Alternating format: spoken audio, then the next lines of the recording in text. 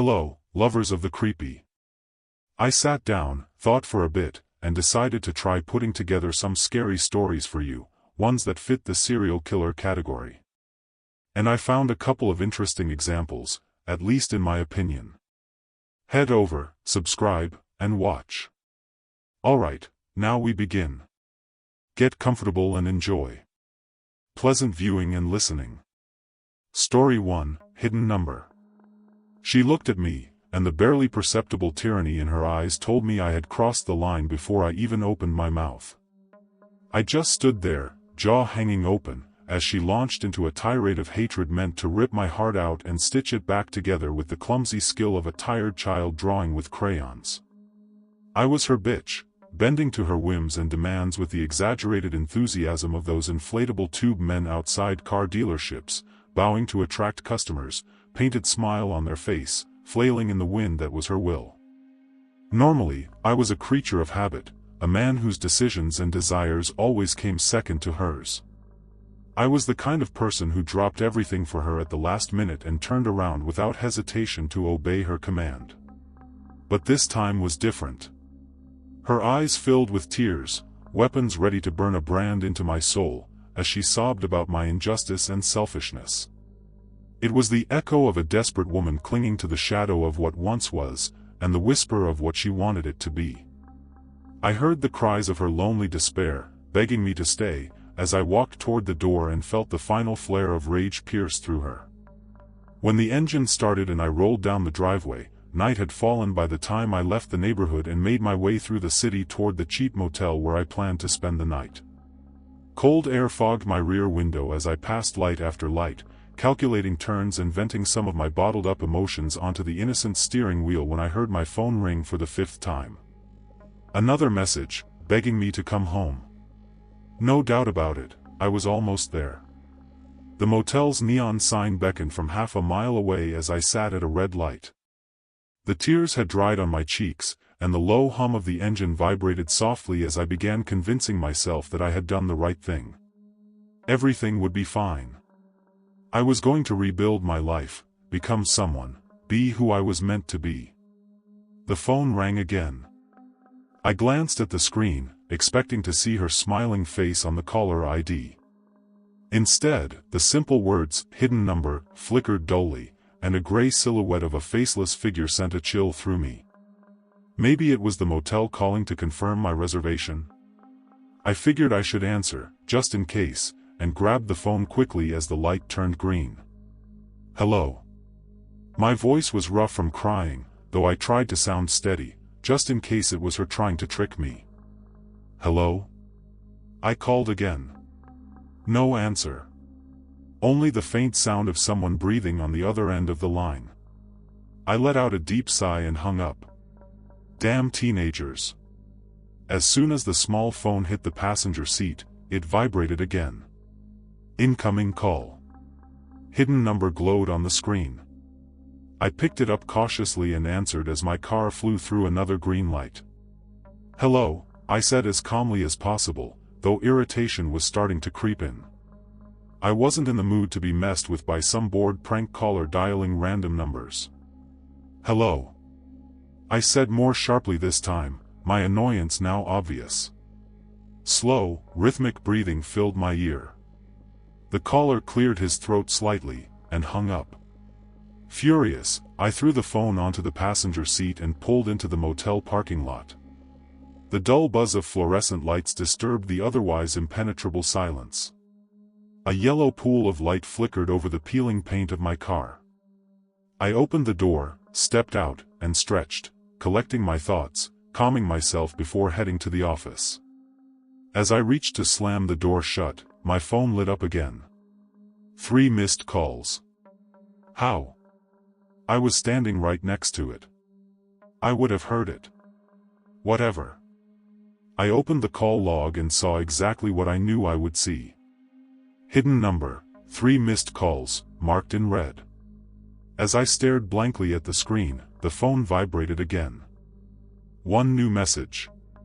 Oh God. I slowly pressed open, expecting a long, drawn-out text telling me I needed to come back home so we could talk everything through. But no. It was worse. Much worse.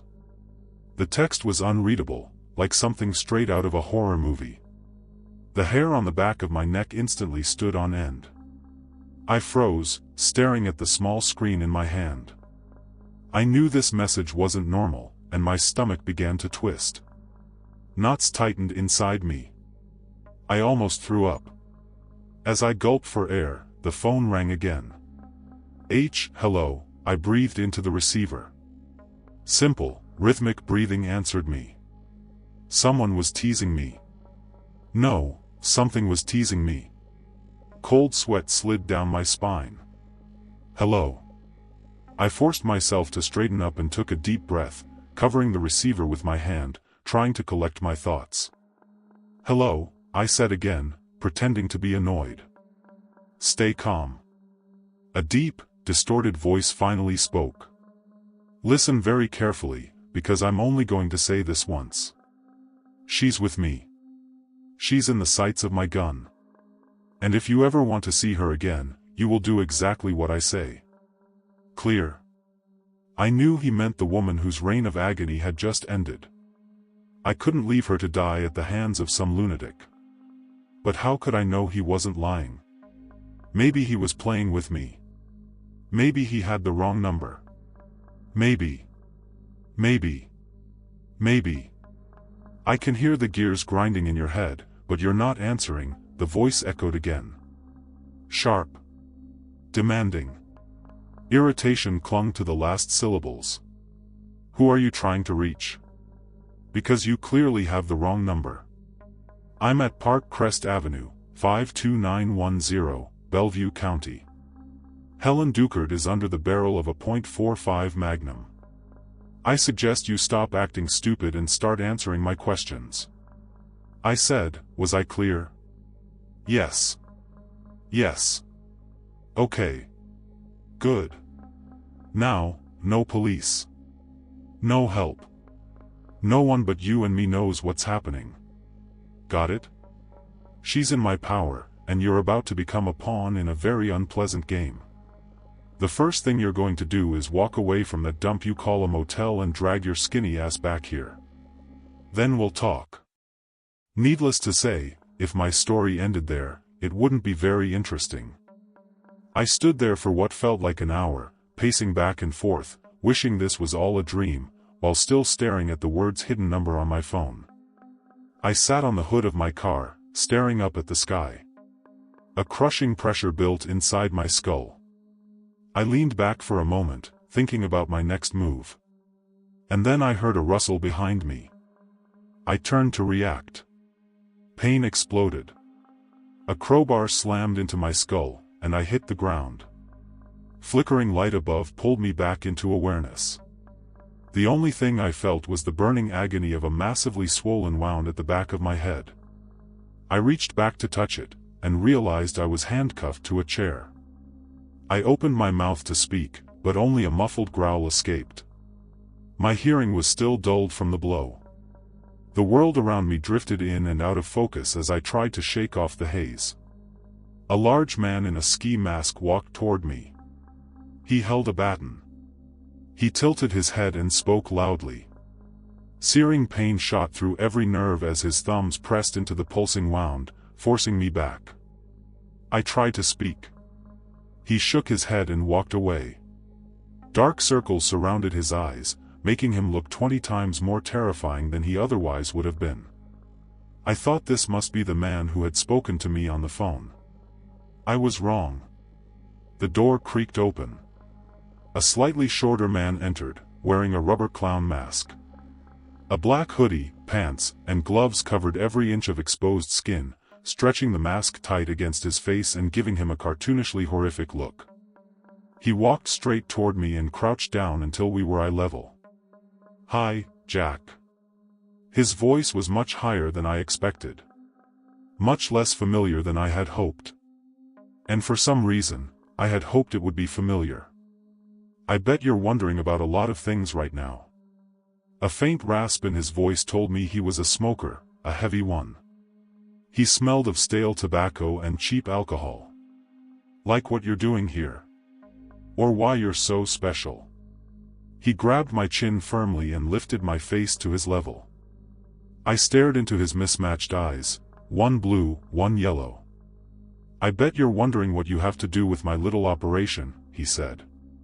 The painted white face of the clown mask creased slightly as he inhaled deeply.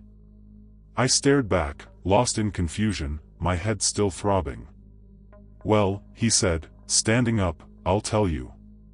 He reached behind his belt and pulled out a fairly large knife. Slowly, he brought the blade up to his nose and inhaled deeply.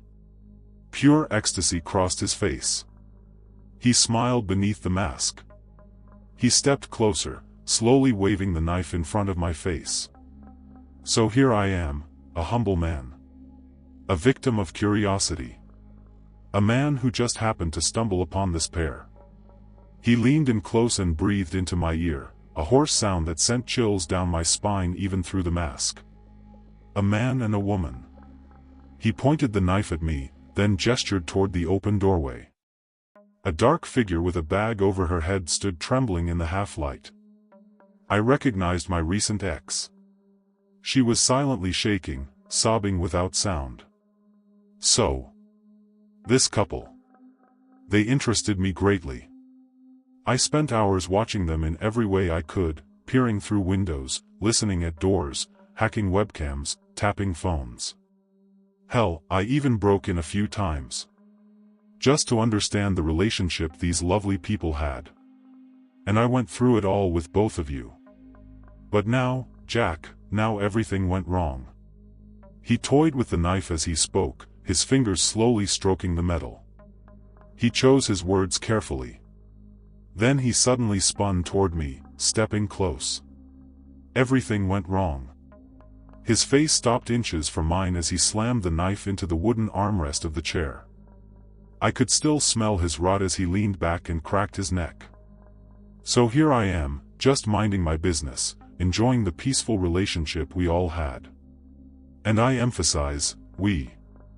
Then you storm in with your accusations, your anger, your unjustified rage, tearing apart what we built over so long. Destroying the sexual tension I craved. So desperately craved. He loomed over me dramatically, pointing the knife at my face. The brute appeared in the doorway behind the figure with the bag over her head and shoved her forward. Tell me, Jack, don't you find her attractive? As he spoke, he drove the knife into the jacket she was wearing, slicing it open and tearing it away from her skin. She screamed in terror, trying to cover herself, but he swung hard and slapped her across the face. Do exactly what I tell you. His high voice cracked into a vicious growl. We both recoiled as he glanced back at me for a moment. Jack, don't you find her attractive? Look at her. She's flawless. Well, except for that ugly tattoo. We could do without that. He pointed at the rose tattoo on her right side, a gift she'd gotten for our anniversary. We'll do something about that. We will, Jack. His voice broke when he said my name. He was faster than I expected. In a split second, he slashed at her, and blood sprayed across the wall as she cried out in agony and began to sob openly. Her pain amplified my fear. He lifted his mask slightly and slowly licked the blade clean. I flinched as he turned back to me.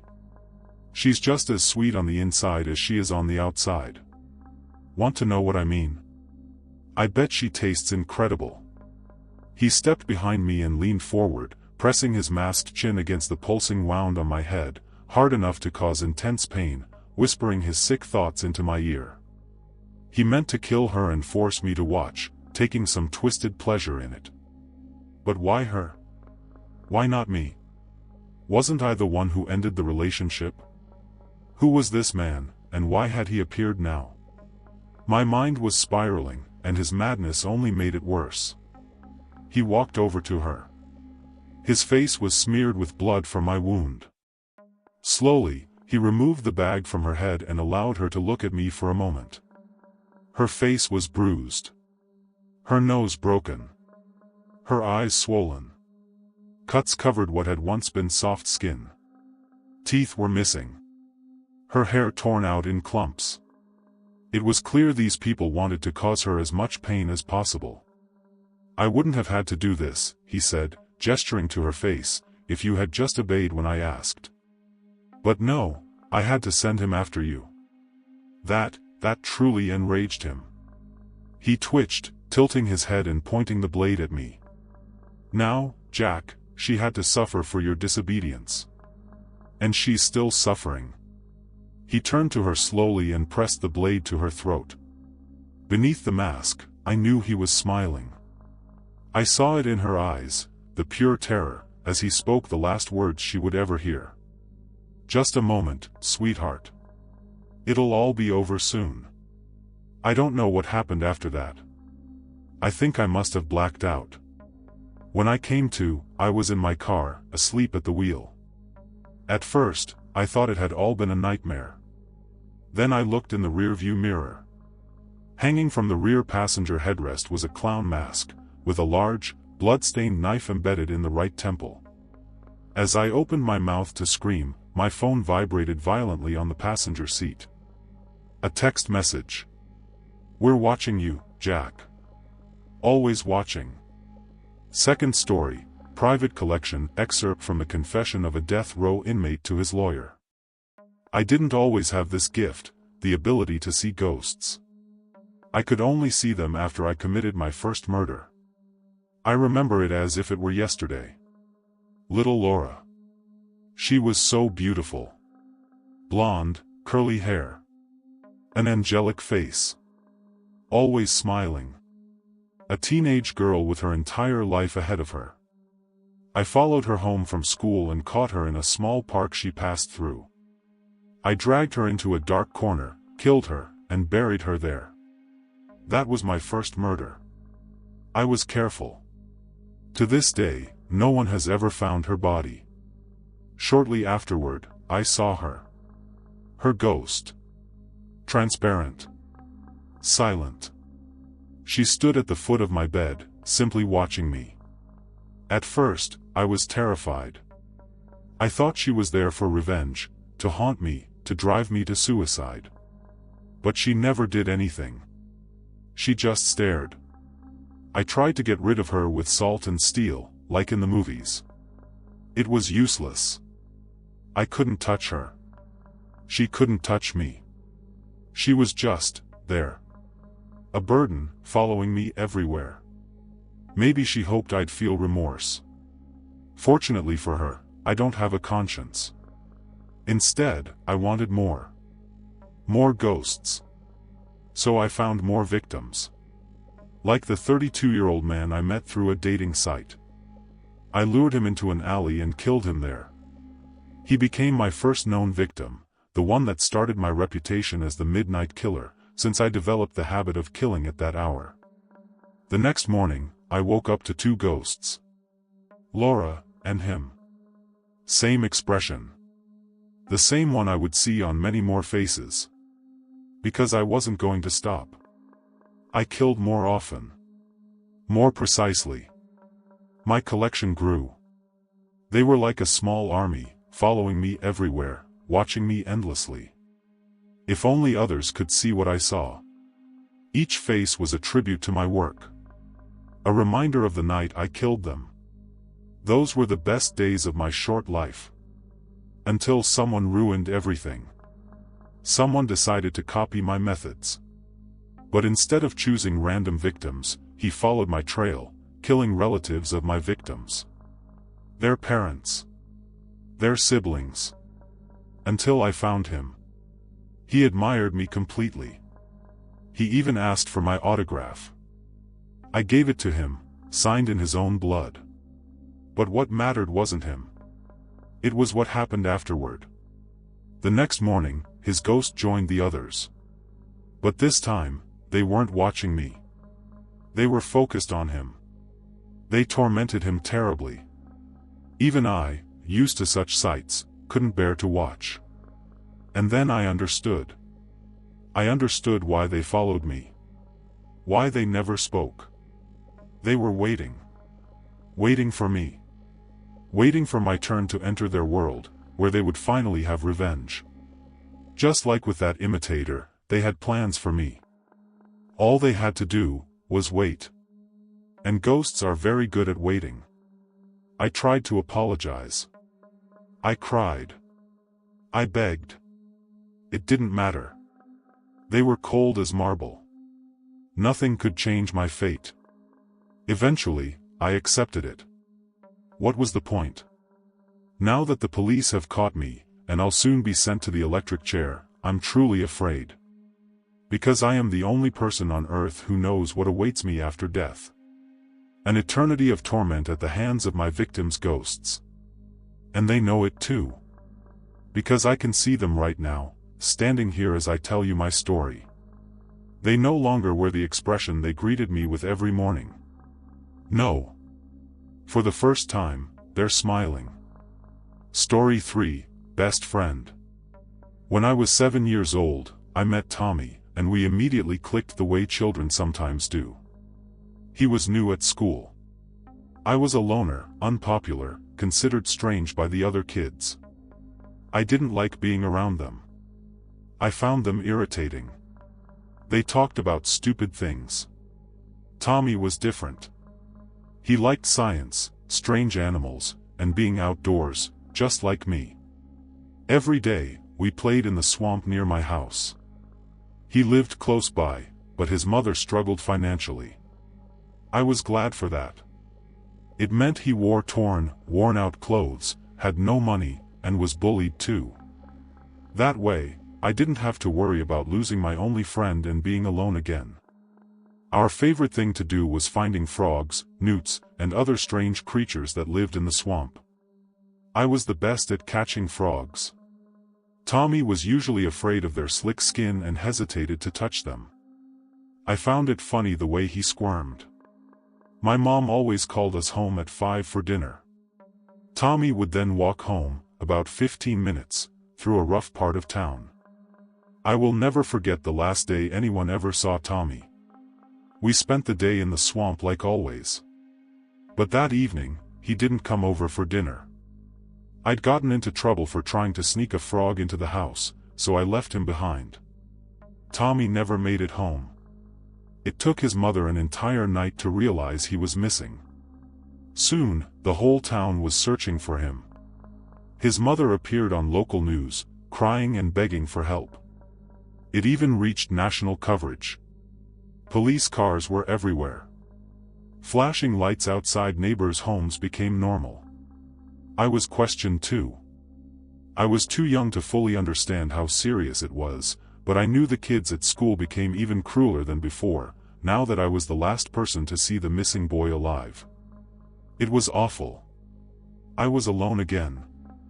I told the police the truth. I'd left Tommy at the swamp to get home before curfew. That was the last time I saw him. They asked me again and again if that was all I knew. It was. The case quickly went cold. It felt like no one truly cared about a poor kid who had no one but a strange friend and a struggling mother. Eventually, his mother lost her home and became a permanent fixture on a park bench, drinking with other homeless people. People felt sorry for her, but no one helped. That's just how people are. 2 years later, they found what was left of Tommy. He'd been buried deeper in the swamp, in a shallow grave beyond where we usually went. Agriculture students found him while studying local species. I smiled faintly at the irony, that he was found for the same reason we'd gone there in the first place. They determined he'd been killed by severe blunt force trauma, likely with a rock. His skull was crushed. Every finger and toe was broken. They called it a sadistic murder. Too much time had passed. There was nothing to lead to a suspect. Tommy's mother overdosed shortly after his body was found. After that, his family disappeared from the town entirely. No one spoke about him anymore. The police stopped looking for the killer within months. It broke something in me. The loneliness. The exposure to something so horrible at such a young age. I never made another friend after Tommy. I did many bad things in my life. I hurt a lot of people. I couldn't always explain why. life went on. Eventually, even I stopped thinking about Tommy, about his mother, about what happened. I stopped hearing the imagined cracking of his fingers. I stabilized. I got a job testing biological samples at a hospital. Tommy came back into my mind recently during a conversation with my mother. That's why I decided to tell this story. I was having dinner with my parents. Even at 37, I had nothing better to do on a Sunday afternoon. My mom joked about my childhood obsession with frogs, how I kept sneaking them into the house. I asked her where she'd found the frog just before Tommy disappeared, the one that got me grounded and stopped me from inviting him to dinner. Her face changed completely. "I never told you this, David. You were too young after what happened. It never happened again, so I didn't see a reason to bring it up. The frog I found that week was dead. Its legs had been cut off. That's why you were punished so severely. Your father and I were afraid you'd become a serial killer or something." She laughed awkwardly. "We were relieved to learn you just grew up to be a biologist." I remembered everything vividly. I had never forgotten, I had just stopped thinking about it. But it was time to share. I've killed many people since Tommy. Not right away, later, as a teenager, and throughout my adult life. I liked testing how much pain they could endure. I liked cleaning up afterward. But nothing was ever as satisfying as killing Tommy. Nothing ever compared to the sound his skull made when I finished it with the rock. You see, I really did love frogs. I was the best at catching them. When Tommy learned to do it well too, it stopped being fun. He didn't squirm anymore. There was nothing to laugh at. He even said he was better than me. That made me furious. An uncontrollable rage. When it was over, I dragged him deeper into the swamp, covered him with leaves and dirt, and ran home before curfew. I always wanted to hurt someone badly enough that they would never get up again. Tommy was the first. But he was definitely not the last. Story 4, the documentary. I was scrolling through options on a streaming service when something caught my attention, a documentary. Despite being well-versed in modern murder cases, this one was about a serial killer I'd never heard of. The description intrigued me, so I pressed play. Almost immediately, the graphic style, blood, forensic details, captured my attention in a way I couldn't explain. It was unsettling how fixated I became. Before I could spiral into thoughts about humanity's darkness or my own morbid curiosity, something in a transition between scenes caught my eye. A rapid montage of human faces. Given the subject matter, they were clearly the victims. I didn't want to admit it to myself at the time, but one of the faces looked strangely familiar, so much so that I rewound the footage and watched it in slow motion. All in all, I must have replayed that moment half a dozen times. I was completely transfixed. The clip lasted only a few frames, and I had never seen the image in question before, yet I was almost certain that, for some inexplicable reason, the photograph was of me, or of some unknown double, an exact copy of my face, slipped into a montage of the serial killer's victims. Needless to say, I was glued to the screen after that. I had to find out who the person in that unidentified photo was, and what had happened to him. If it really was me, then where had this unfamiliar portrait come from? And how could I possibly be watching a documentary about my own death? The program went on to describe the killer's earliest crime and the investigation into these horrific murders. Then the victims were introduced, along with detailed dates of when each had been killed. As the documentary progressed, the timeline crept closer and closer to the present day.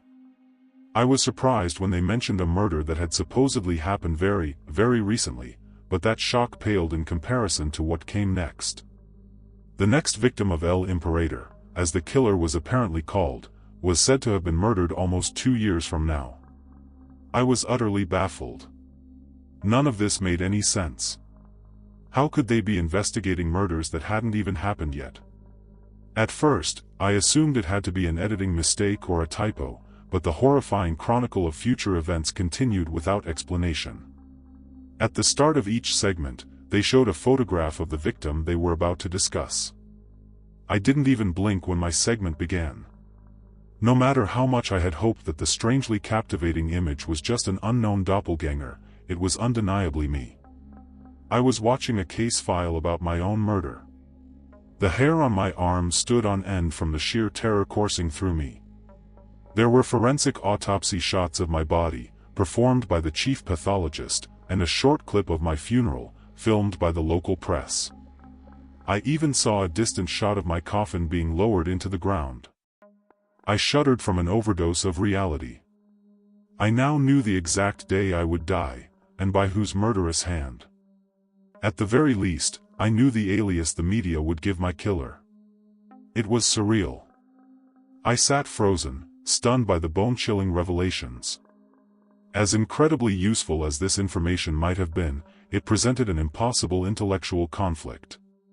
How could I possess or witness evidence of my own future death? It wasn't rational. It wasn't logical. And yet, I had just watched irrefutable footage. Had some cosmic, supernatural force guided me to watch this? Was I meant to see it, to confront some painful truth I'd been denying? Or had I been given a chance to change my future? I didn't know. I didn't even know how to begin processing those questions. After all, it's not every day someone gains illegal access to future events concerning their own death. Could I change my path, or was I doomed to follow a predetermined track I could never escape? I was determined to try. To hell with the consequences. Who wouldn't? The stories of the killer's other victims continued after the segment about my murder. The killer's true identity still hadn't been revealed. The filmmakers spoke of him only in vague generalities and ominous undertones. I assumed his secret identity, and capture, would be revealed near the finale. As you can imagine, I was desperate to know exactly who I needed to avoid at all costs. I was so shaken that I considered pausing the documentary to check its release date. If it had been released before the present day, then all the footage and claims about future crimes had to be pure fiction. Honestly, I hoped it was all just a nightmare, or a vivid hallucination. If the production date was listed in the future, then either I had gone insane, or I was already dead. I didn't know which outcome I preferred. Neither was appealing in the slightest. Instead, I decided to keep watching, to learn, from the gripping testimony, who my killer was. The narrator heavily implied that the weight of the truth was about to crash down on the audience with devastating force. I sat on the very edge of my seat as the grand revelation arrived. As it turned out, El Imperator, and everything else in the documentary, was entirely fictional. My fate was not sealed. There was no real serial killer. No real victims. I had not glimpsed the future at all. Much like War of the Worlds or a personalized episode of Black Mirror, the entire production was a virtual reality program designed to entertain its viewers. The filmmaker had been experimenting with cutting-edge artificial intelligence to generate individualized experiences for each person watching. The program had preemptively scanned social media accounts to locate existing profile photos of each viewer. It then created a composite image, aged appropriately, to insert into the victim montage. Everything had been planned and prepared in advance. I had been sent on a high-tech, gut-wrenching journey through manufactured reality. Fortunately, the tunnel had an end. And I was able to return from the depths of true crime. Pepe's podcast. So, those were today's stories, folks. Well, how did you like them? Write in the comments what you liked, what you didn't like, and whether you want this kind of segment to continue. Make sure to tell me in the comments. Now I'll say a few words of my own. But first, a quick summary. I really loved this segment. And now I'm going to play my comments on each story separately, recorded right after reading each one, not all at the end like I usually do. First story, immediate reaction after reading. An absolutely fucking amazing story. I don't even have other words for it. It's phenomenal. Brilliantly written. I honestly don't understand why it has so few upvotes. It hasn't even hit 1,000, just so you know. I found it on Reddit, and it's basically the peak of this whole Maniacs subcategory. They nailed the portrayal of this psychopathic stalker who was obsessed with the couple. And when they broke up, well, they were basically the meaning of his life. The guy was clearly obsessed. He even staged this whole twisted performance. Just brutal. Extremely well written. Amazing sentence construction. Great narrative structure. Honestly, it's beyond praise. This is straight-up cinema. In this specific horror subgenre, focused on serial killers, this is absolutely top of the top. A solid 10 out of 10. It's been a long time since Reddit stories impressed me this much. This is horror, in the best possible sense of the word. That's it. Further commentary feels unnecessary. Everything here is just perfect. Second story, immediate reaction. I really liked this one too. Even though it's short, it's very tight and concise. Excellent writing style again. I'm honestly surprised at how strong this whole selection turned out. Usually, especially with American writers or people from abroad, the writing style can be kind of specific. Sometimes it feels a bit limited, I guess. Not very rich in phrasing or rhythm or stylistic flair, unless we're talking about actual professional writers, not just Reddit users. But here? This is also above praise. Sure, it doesn't quite reach the level of the first one in terms of prose, but plot-wise it's really strong. A short but powerful story. A maniac killing people, collecting victims like trophies, feeling all proud, thinking everything is going great. And then he gets caught. And he realizes what awaits him after death. Whether that's real, or just his brain breaking down before execution, we don't really know. But either way, he gets what he deserves in the afterlife. A very solid story. Short, but very well written. I liked it a lot. Third story, immediate reaction. Another good one. I liked it.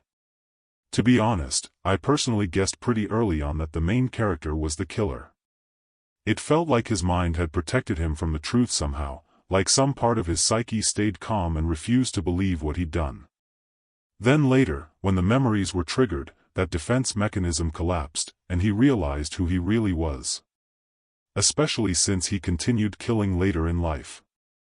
So yeah, classic unreliable narrator, right?